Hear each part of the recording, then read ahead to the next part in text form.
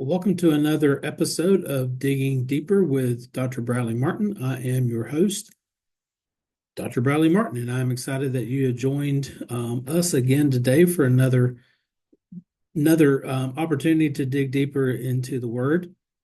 Let me again remind you, if this is your first time, I'd like to welcome you to our podcast and our video series that we've been doing on love. This is out of a ministry of One Community Church in Seneca, South Carolina. If you are just joining on and don't know who we are, this is an opportunity to go a little bit deeper in the Word. Like I said, that's where the title comes from. If you are new to us, this is just an opportunity to disciple, to be discipled, to use this as an opportunity. So, welcome. If you are new, we would like to get to know you. So you can leave us a comment, share it, like it, whatever, in our social media or in our podcasting platform as we move forward. These opportunities will be, I hope, more and more greater and more beneficial to you and to those that you are associated with. And again, feel free to share and like and do all that kind of stuff that you would like to do with those. So let's dive into this week's session. We're looking at 1 Corinthians chapter 13, what is affectionately unintended called the love chapter. And I do believe this is misused in some ways, underused in some other ways. And so this came out of a personal study that I'm going through with myself. And so I just wanted to use this as an opportunity to share those with you. And if you want to go back and look over the first couple of sessions that we had, please feel free to do so. If you're just jumping in, it may not make as much sense if you don't have the connecting sessions, but hopefully you can go back and listen to those or watch those at your leisure. And so let's dive into this. We're going to look at a very short little phrase. Last week, we took two of the phrases, love is patient, love is kind, and did that. This week, we're going to look at the second little phrase to that. That's going to be love does not envy or boast. It is not arrogant or rude. So four parts to that. Love does not envy, love does not boast, it is not arrogant, and it is not rude. So we're going to do a little bit of a study into those four words, and then hopefully kind of tie it up at the end to make it make sense as an application kind of moving forward.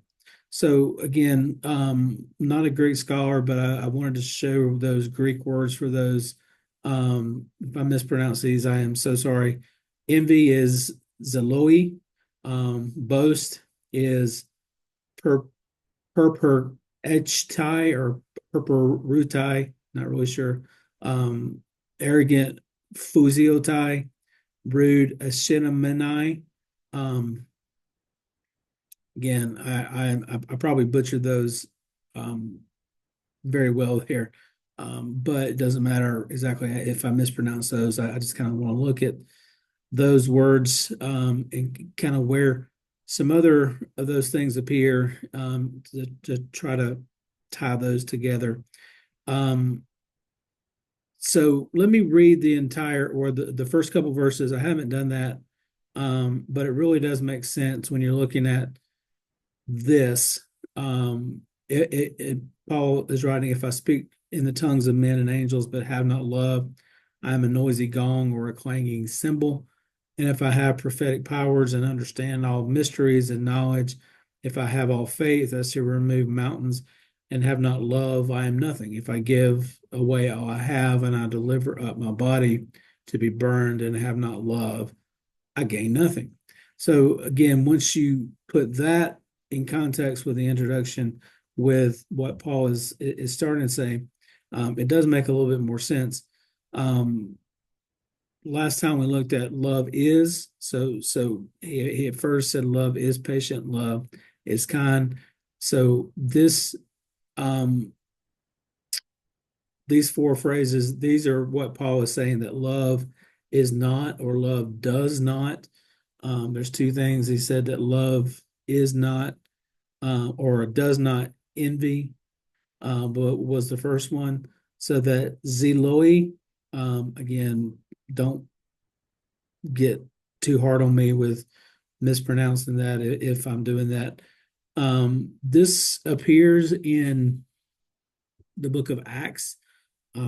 This is Stephen, one of the first, the early patriarchs or evangelists of the first century. Excuse me, more so than the patriarchs. There is before the Jewish council, and they've arrested him, and he's been allowed to speak, and he's about to be stoned, and but he's preaching to them all the way from the initial creation up until Jesus, and so he's trying to draw all those together. And in the middle of that, in verse 9 of chapter 7, he says, "And the patriarchs, jealous of Joseph, sold him into Egypt, but God was with him and rescued him out of all his afflictions and gave him favor and wisdom before Pharaoh, king of Egypt, who made him ruler over Egypt and over all his household." So we have this envy. Jealous is a synonym of that. And don't get confused or don't get it mixed up, because we hear that God is a jealous God. So God is jealous, but God doesn't sin. In this case, Joseph's brothers were jealous of him and his relationship with Jacob, his father. Go back to Genesis and read that story. I won't take the time to read it today, but just to give you a summary and an overview of that, Joseph was one of the 12 sons of Jacob, later to be called Israel. Joseph was his favorite. He was a son of Rachel, his wife, the one he really loved. And so he was um, he was a favorite. And so in that he was gifted um, a coat of we call it a coat of many colors. He was highly favored, and so because of this, Joseph's sons became his brothers. Joseph's brothers became envious of him. They become jealous of him, and what that eventually led to was um, Joseph was sold as a slave, and he ended up in Egypt. Of course, we know the story that God used all of this process in Joseph's life to save the entire nation. But during that process, Joseph went through a lot of things, and there was a lot of things that happened because of the jealousy of his brothers. You can also go and look at Genesis chapter 4, I believe, story. We talked about this a little bit in session 1, session 2, about Cain and Abel, how Cain was jealous of his brother, and he eventually killed him because of that jealousy. So jealousy that jealousy can lead to sin in this case. Jealousy is something that when you become envious of something, that's the opposite of what love does. Love is more zealous. Love is not envious. Love, you can think of it this way: when something good happens to someone, if they are highly favored, if they get a new job or they get some money or whatever, how do you feel towards them? How do you react towards them? Are you loving them as Christ loved, or are you envious of what they have? I think I've told this story before. When I was in seminary, I was very, very dear friend of mine, and we did a lot of things together. He was actually in my wedding. It was really really good friends. Haven't spoken to him in a while. He's at another he's in another state. But when we both graduated with the same degree. We both graduated with much of the same experience. I ended up at a smaller church here in South Carolina doing multiple ministry, making significantly less bottom line than he was where he was at in the state that he was at doing one thing. And I had to watch myself because I did become envious of that. I was jealous. Now, again, the Bible teaches us that God is a jealous God. He requires that we follow only Him, but He doesn't sin in that. When we're jealous, when something good happens to somebody else and we become jealous of them and become envious of them, that can lead to our sin. Now, Moses was given the law in Exodus 20, and I want to tie this together with jealousy when he says, "You shall not covet your neighbor's house, you shall not covet your neighbor's wife, or his male servant, his female servant, or his ox, or his donkey, or anything that is your neighbor's." So jealousy and covetousness, kind of that older word, but desiring something that somebody has. So it's okay because if you look in Philippians 4, Paul talks about how he's become good with what he has. He's learned not to want. He's learned that he should that he's okay with having none. He's okay with having a lot. He's okay with having none. Um, and one of the more famous verses that we all know, Philippians 4:13, follows that. That he's learned that he can do all things through Christ who gives him strength. It's okay to desire to make yourself better. It's okay to get higher education. I have a doctorate degree. There's nothing wrong with having a doctorate degree. Nothing wrong with trying to earn more money. It's not nothing wrong with trying to get an advancement in a job if your heart's in the right place. If the end result is I want to do this for a particular reason, for a positive reason, not just because I can put somebody, not because I put somebody else down because I'm doing this. I had to kind of check myself at the door because it's easy for me to say that when people ask me why did I get a doctorate degree, it's easy to say, well, because somebody said I had to do that to get an advancement, or I couldn't do it. There's no way you would ever be able to do that. And then you turn around and say, oh, yes, I can. So you have to be careful where your heart is in that when you're looking at envy or coveting. There's nothing wrong with having a good car. It's nothing wrong with having a nice house. But when you spend your time wishing and desiring something that somebody has only because they have it and you don't, you got to remember if you have a car that's paid for, a house is paid for, and it may not be the biggest and may not be the brightest, but it runs and it's paid for, you can sleep at night. It doesn't. That other person may have a big car payment or a big house payment or whatever. They may have to work many hours in the day, in the week, to pay for that. So don't get caught up in coveting that something else has. And Paul's writing here that that's not what love is. Love does not envy. So love does not boast as well. Perceptutai. This is really the only time that you see that love doesn't boast. That word in the New Testament. And so it's hard to give you other verses in the Bible where this is used, and this is really the only time that phrase is used. But think of it in this way that love doesn't boast. So what does that mean? So when you boast about something, the where's the focus? The focus is on you. If I say I did this and I'm bragging about it, I'm boasting. That entire focus of the act is on me, selfish. We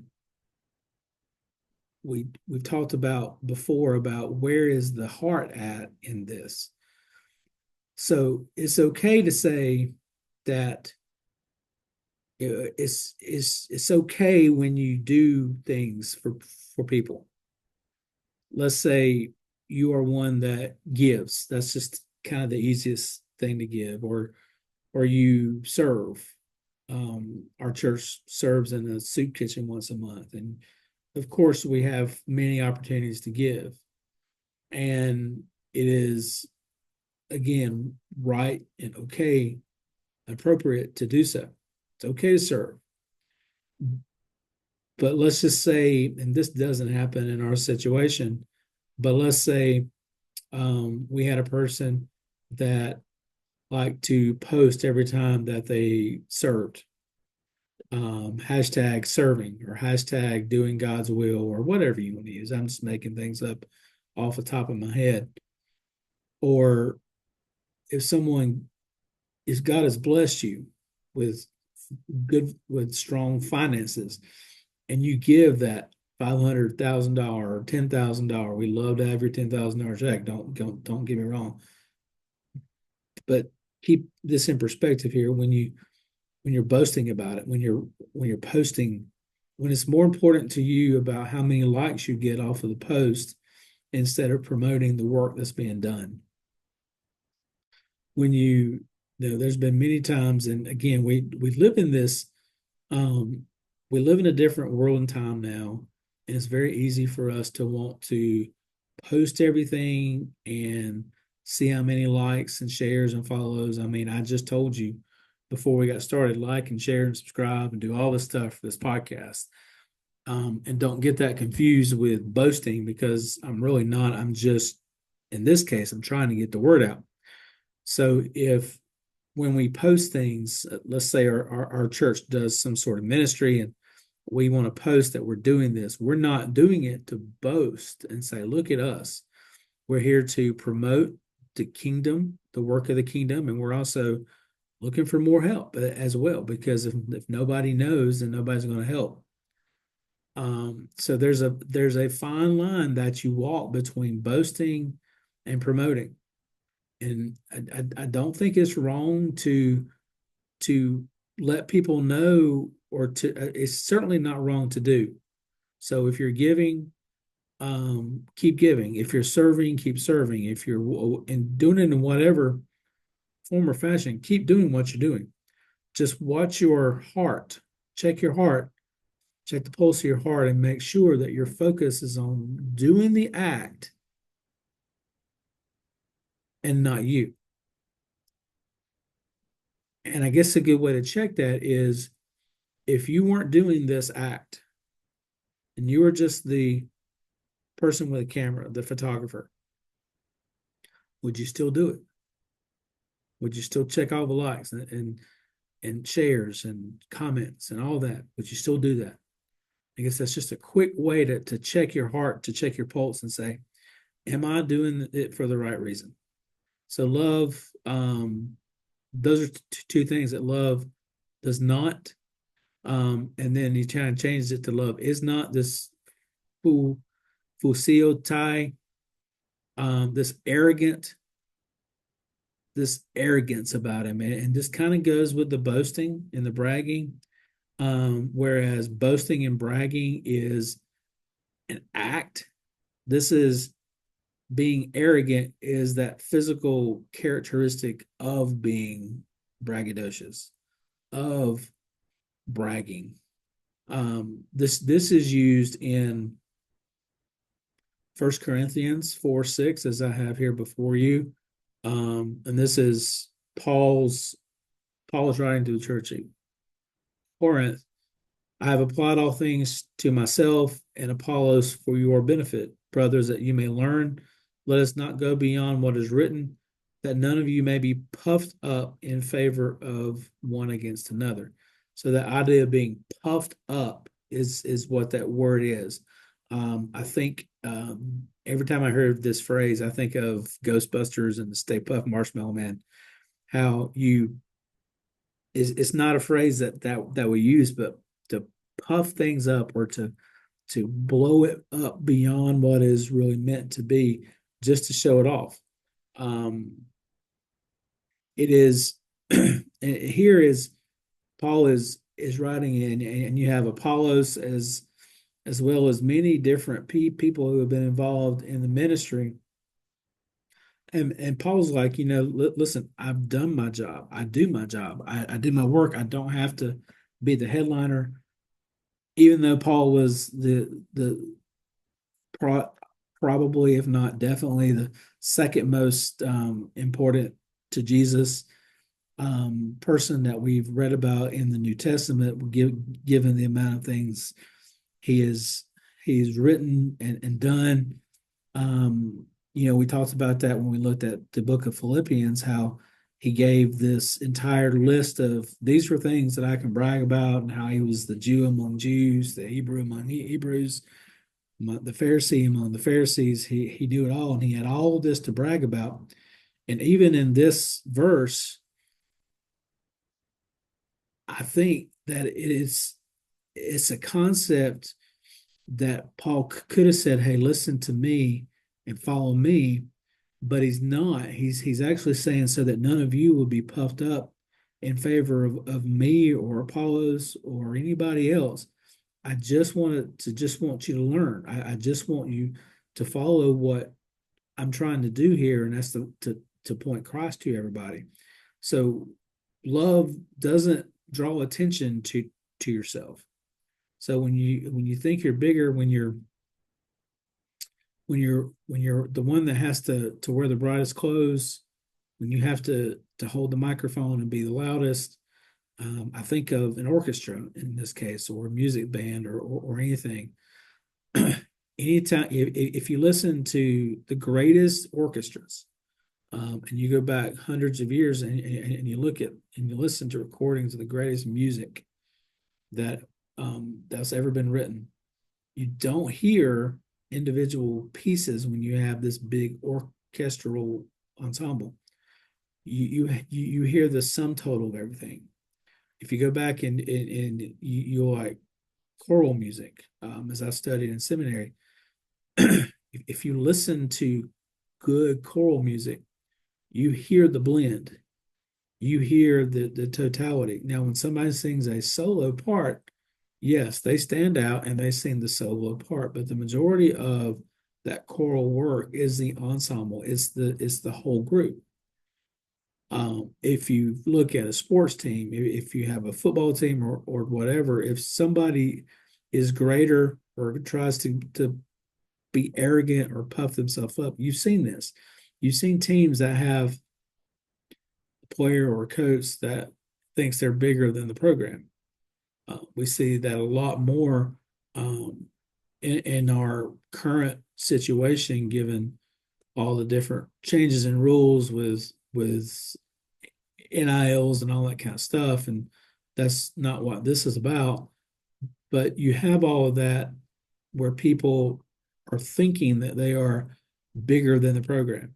They're bigger than the process. When you think you're bigger than God, when you think you're bigger than doing what his work is, that's when it becomes arrogant. And you're pointing, instead of pointing people to Jesus, you're pointing people to yourself and say, look what I have done. The fourth word here is the word for rude or just misbehavior, ill behavior, ashimane. You see this in here's Paul's writing. If anyone thinks that he is not behaving properly toward his betrothed, if his passions are strong, if it has to be, let him do as he wishes, let them marry. It is no sin. So he is putting these two things where they're when you are dating someone and you are heading toward getting married, there's a time and a process for those. But Paul is written here, if you can't control yourself and act the right way, then go ahead and get married now. It's not a sin. But there is a behaving properly process. So love in this case, you don't jump ahead and just because you say I can't control myself and jump in and get married. You're going to get married, but there's a process still of going through.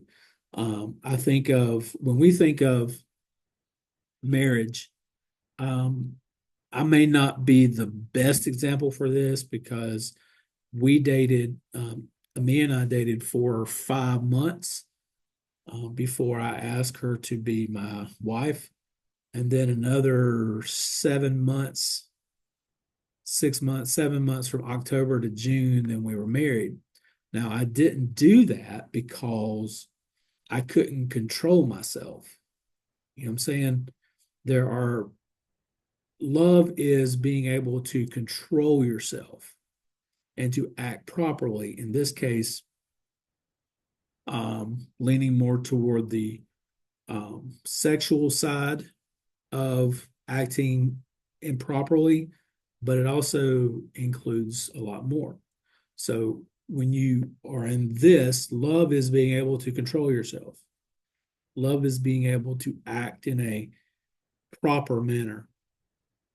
And again, there are better words of different languages, such as the Greek, that can convey this. Our English language is a little bit limited in this, but we have the command to act properly one toward another. Okay. And that's what love is not rude. And it goes more than just rude, as the English Standard Version has chosen that word rude. But it's all about how you act, and you see it. You see it a lot, and when you see it, you know what it looks like. So there's order. I think of the classroom, um, in which I teach. Many of you teach, and you know there has to be order. There has to be behaving properly. Um, Even in any kind of organization, there has to be proper order of things. If you get out of line, then maybe you haven't done enough to get disciplined or fired, but it changes the whole outcome of everything when you don't do the proper thing. And so Paul is writing here that love is not acting misbehaving. So there's a double negative in that. So I want to make sure I communicate that in the best way. So let me get the application of that. So again, all of this agape love that we've talked about, I like to, it doesn't translate into Christ love, but it's what it is. Okay. So when you think of love in the sense of agape love, think of Christ. So when I say I love you, and I'm using that agape love, I can say I love you as Christ loves you, or I love you in Christ, or I Christ you, I Jesus you. I show you everything that I do is not only loving you, but is pointing you to Jesus by what I have done. So Jesus gave this parable in Luke 7:41 to 47. And he says, a certain moneylender had two debtors. One owed 500 denarii and the other 50. When they could not pay, he canceled the debt of both. Now, which of them will love him more? Simon answered him, the one, I suppose, for whom he canceled the larger debt. And he said to him, you have judged rightly. Then turning toward the woman, he said, Simon, do you see this woman? I entered your house, and you gave me no water for my feet, and she has wet my feet with her tears and wiped them with her hair. You gave me a kiss from the time I came in. She has not ceased to kiss my feet. You did not anoint my head with oil, but she has anointed my feet with ointment. Therefore, I tell you, her sins, which are many, are forgiven, for she loved much. But he who is forgiven little loves little. So all these love here are agape. They are forms of the verb or the word agape love. So you can substitute Christ love or whatever makes you be pointed back toward Christ in this. But part of the love of Christ is he doesn't have to brag about it. He doesn't have to be arrogant about it. He's not. Those are things that when you're pointing somebody to yourself, you have to do that. Christ here says, I forgave this woman of many things. I loved her, so I forgave her. Everything from Genesis to Revelation and everything in between, everything is pointing us to Christ. So Paul wrote in Romans, but God showed his love, again, agape, for us, in that while we were still sinners, Christ died for us. He doesn't have to go and post it on Facebook. He doesn't need us to post it on Facebook. It's okay to do that. It's okay for us to show our worship times on Facebook. You're possibly watching this on Facebook or YouTube or any of our social media. You're doing all that. And that's okay because we're using the tools in which he has to promote him. We're not promoting ourselves. And that's the big difference. Christ loved us. Christ died for us.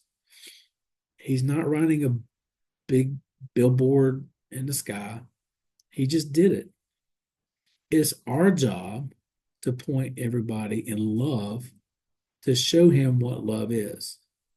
And again, if you don't get anything that I said today, get this right here. It's all a matter of the heart. It's all a matter of what is my purpose in doing this. If you're serving for the purpose of exalting yourself, then stop. Don't serve. If you're giving, and this is hard for us to say because we don't need your money, but we can use the resources if your heart is in the right place. If you're giving out of a spirit of I'm giving so that I can be the biggest giver or that I can have my name on the sign or the pew or the church sign or whatever it is.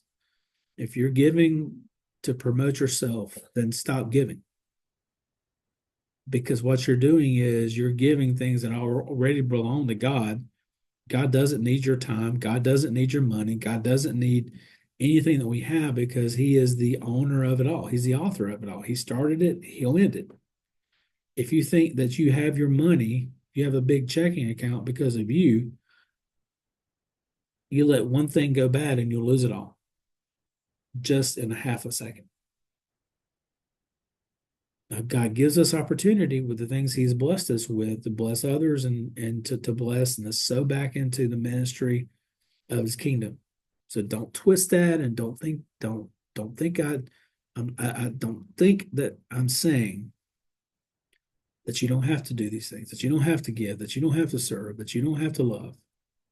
Because we're commanded to love. He uses this word love more things than probably anything else. And I haven't done a word count, but it's probably more times than any.